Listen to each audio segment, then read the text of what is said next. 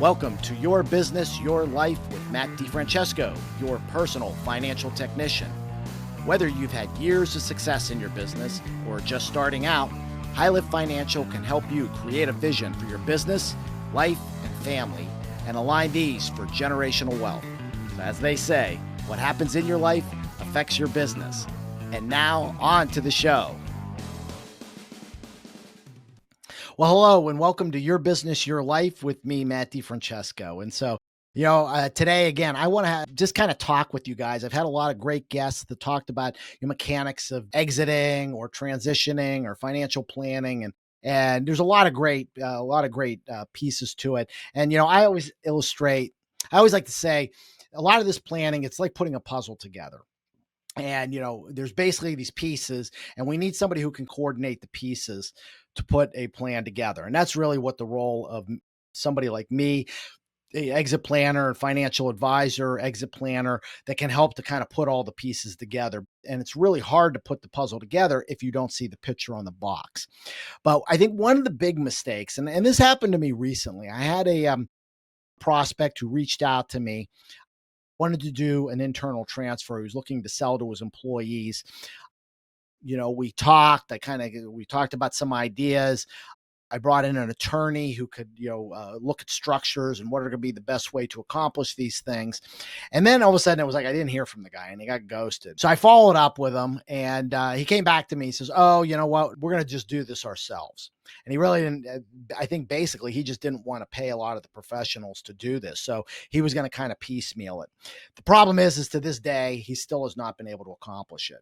And so I really want to talk about why do-it-yourself exit plans don't work. Okay. And I've seen this throughout time, many, many times. There's a lot of aspects to it.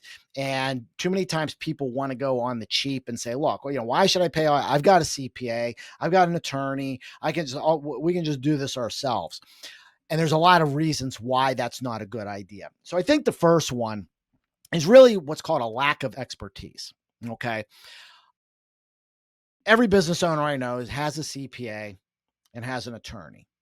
The problem is that most business owners that I've run into, their CPAs are tax preparers. They're not necessarily tax planners. What's the difference between a tax preparer and a tax planner? A tax preparer is somebody who prepares your taxes for the year. Okay. So typically what they're doing is they're being very myopic and they're looking at this year and maybe next year. A tax planner is somebody who's coming in and saying, okay, here's what we need to do the next 5, 10, 20 years to make sure that we mitigate taxes over a long period of time. Okay.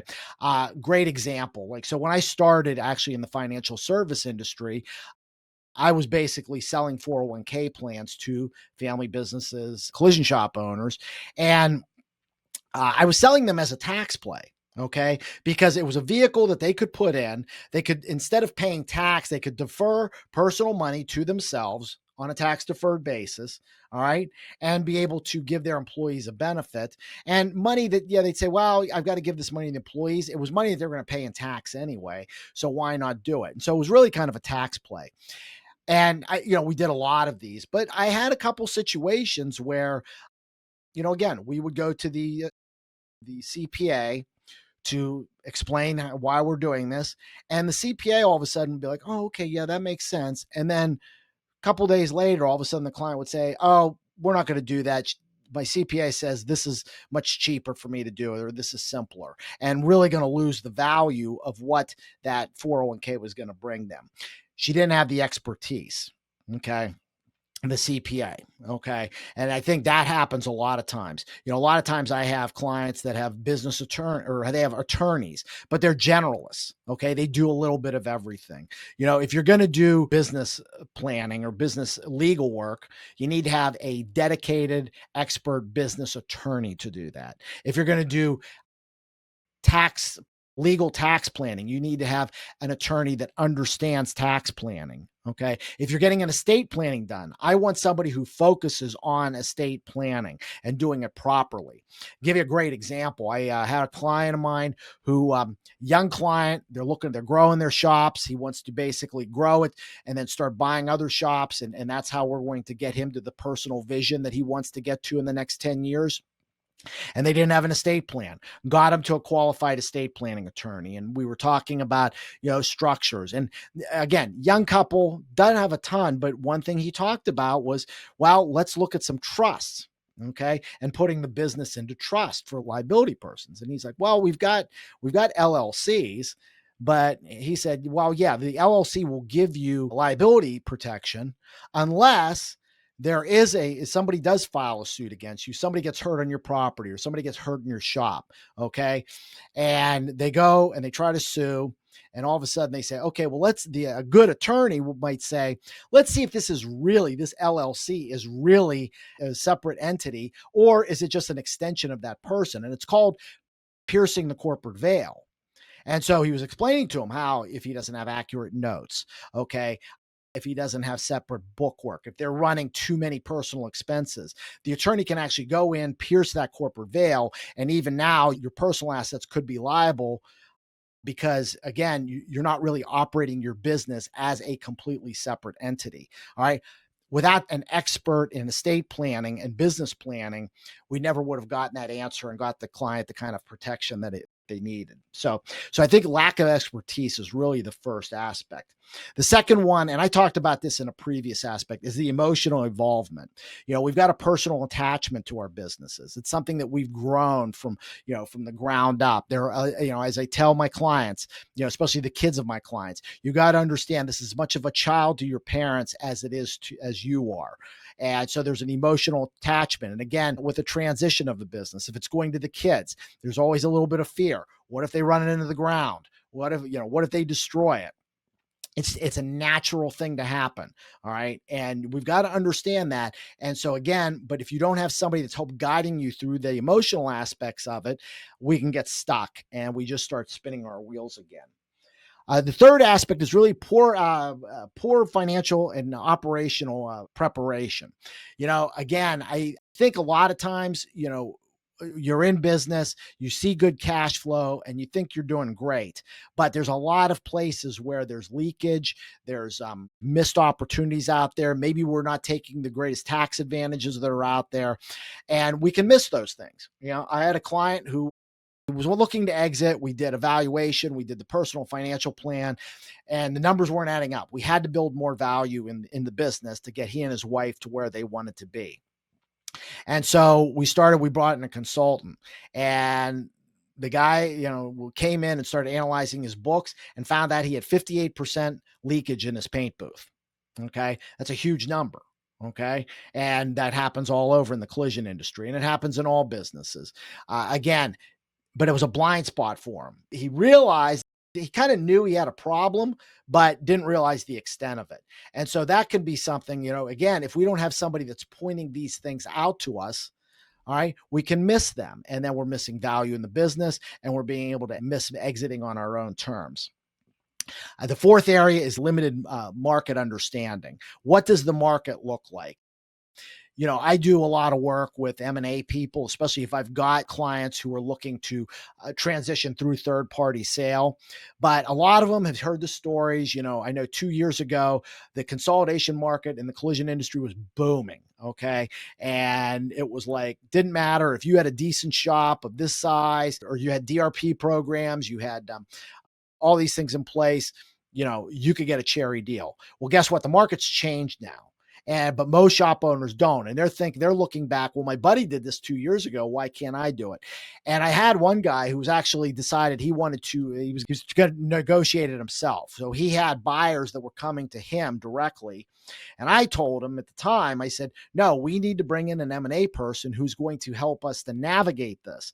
But he went rogue on us, signed a letter of intent that never got executed because, again, they started coming in and missed a lot of these areas that he didn't know about. to make sure that he was in the right position to do it. They pulled those. He was signing lease agreements that didn't protect him in the ways that they should. And so, it was funny because I actually brought him to an attorney and he was like, well, I already did this. I already did this. And the attorney's like, I can't help you. He goes, you've already, you needed to come to me first because I could have helped guide you in the proper way of getting these things done. So again, not understanding how markets work, how again, contracts work, especially if you're looking at third party sales. What are the tax ramifications? One of the M&A people that I use, she was a shop owner. She actually owned 2 shops. And the reason she got into M&A is because when she sold her shops, she realized she probably left $500,000 on the table because the deal was not structured properly because she didn't know.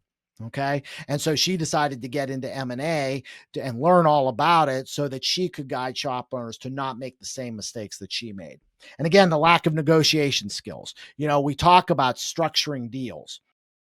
A lot of times if you're looking to sell your shop to a third party, that shop wants to do an asset sale. Why? Because they're going to get the benefit of buying the assets and taking depreciation off them. They're going to get the deal. But you've got to understand, in any type of deal, the one side that wins makes the other side lose. And so you need to have these deals structured as much in your favor as possible. So, for example, on this asset sale, a lot of the M&A people that I work with look to negotiate to get as much into goodwill as possible, which is tax at capital gains instead of ordinary income tax rates. So again, but if you're trying to do this on your own, you're not going to understand how to go about and how to negotiate these deals properly. Please, you need to have somebody on your team who understands the market, who understands the players, and can negotiate the proper deals for you. The 6th area is really insufficient succession planning. Can't tell you how many shop owners come to me and say, I don't know where to go. I'm burned out. I can't do this. I don't have any kids. My kids aren't interested in the business. My employees aren't interested. I want to sell to a third party, but nobody's knocking on the door. What's going to happen? They've never done sufficient succession planning. I say this all the time. I've had Mike Anderson on my podcast many times. And Mike, who's kind of the guru in the collision industry, always says that you should always start planning your succession from the moment you open your doors. Okay. Most shop owners haven't done that. I'm sure you haven't done it either. But the important thing is start now, even if you're not ready. To be honest with you, if I get a client that's within a 5 to 10 year window of looking to exit, that is perfect because that gives us time to help them to develop a vision of what they want, to create an accurate plan, and to walk that step by step instead of having to be reactive. We can be proactive. The 7th area is unrealistic timeframes. And that kind of ties into what I just talked about now. I get a lot of owners, again, I'm burned out. I can't do it. I need out now. Well, guess what? You're going to basically be behind the 8 ball, and you're not going to get the kind of deal that you could have gotten if you give yourself some accurate time. It's important sometimes to kind of look and say, how can I stay in the business for a little while longer? Okay. Make it less stressful, so then I can exit on my own terms. And again, this is where, having an advisor who's guiding you through the process can help you to navigate a lot of these things. And then the final area is just weak post-exit planning. And I've talked about this in a previous episode is, again, what is your identity? What do you want your life to look like? I told the story in the previous episode about a shop owner who had sold his shop but never identified what his post shop life was going to look like. And, as I told him kind of my process, he said, I wish I'd met you 5 years ago before I was going to do this. Again, what does that post shop business look like? And what are we going to do? And I think those of you who are in the collision industry, and I can speak specifically for this because that's kind of my niche, is the thing that impresses me about the industry is how many people want to give back. And we've got a lot of shop owners who have, maybe exited their business, but they're still a part of the industry. They still want to contribute. And I think that's a really important thing, but we've got to define these things so that we're not just spinning our wheels. I mean, again, there's a lot of cool things that we can do out there, but even travel. I get a lot of owners that, okay, I've got this liquidity event. I'm going to go travel. They do that for about a year or two, but then it's like, okay, now what? All right. And again, I think it's really important to have somebody who's going to help you to develop that whole vision. And again, it's like a roadmap. We're going to need to know where you're going to go, where you want to go. That's the post-shop life. Where are you now? And then what are the step-by-step processes that we need to follow? And again, trying to do this by yourself is just without the expertise, without having the emotional impact of what's in it, will really just destroy any type of plan that you want. So it's really important to get guidance. All right. And I'm stressing to all of you, come to my website, highliftfinancial.com, click on the Let's Talk button above. I give everybody 30 minutes of my time just to talk about your personal situation, what you're looking to look at, give you some guidance. If we can help you, we're more than happy to bring you on board. But if not, or if it's something that says, no, we're just not a fit, I promise you I'll get you pointed in the right direction, okay? Because I think it's really important to not try to do these things alone. Get the experts who know what they're doing and get somebody who can help you to coordinate your plan to be able to get you on the right track and get you to where you want to go. So with that, again, I want to thank you for listening to Your Business, Your Life. If you haven't subscribed, please click the subscribe button below. That way, when a new episode drops, you're going to get a lot of great content. You'll get a lot of great guests that you can hear about. We talk a lot about some of the mechanics of exit planning, financial planning, just personal stories, those type of things. I think it's of real value. Everybody I've talked to that's listened to the podcast really loves the content. And again, if you like what you're hearing, please give us a 5-star review, whether you're listening on iTunes, Spotify, Anchor, YouTube. The more likes that we get, the more 5-star reviews we get, the higher we move up, that we can get this great content to more people. So again, I'm looking forward to chatting with all of you at some point. My goal is to help you to create the life and align your family and business for generational wealth. That's what I'm passionate about. And that's really what my goal is. I come out here to work with all of you. So take care. God bless. And let's make it a great day. And we'll see you at the next episode. Hey, I really want to thank you for listening to the Your Business, Your Life podcast. If you want to be notified when new episodes become available, click the subscribe button below. All information is obtained from sources deemed reliable but not guaranteed. No tax or legal advice is given nor intended. Content provided herein or on our website should not be construed as an offer for investment advice or for securities, insurance, or other investment products.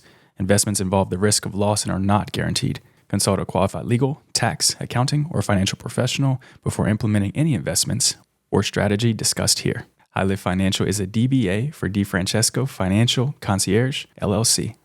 Investment advisory services are provided through Cornerstone Planning Group, LLC, an independent advisory firm registered with the Securities and Exchange Commission.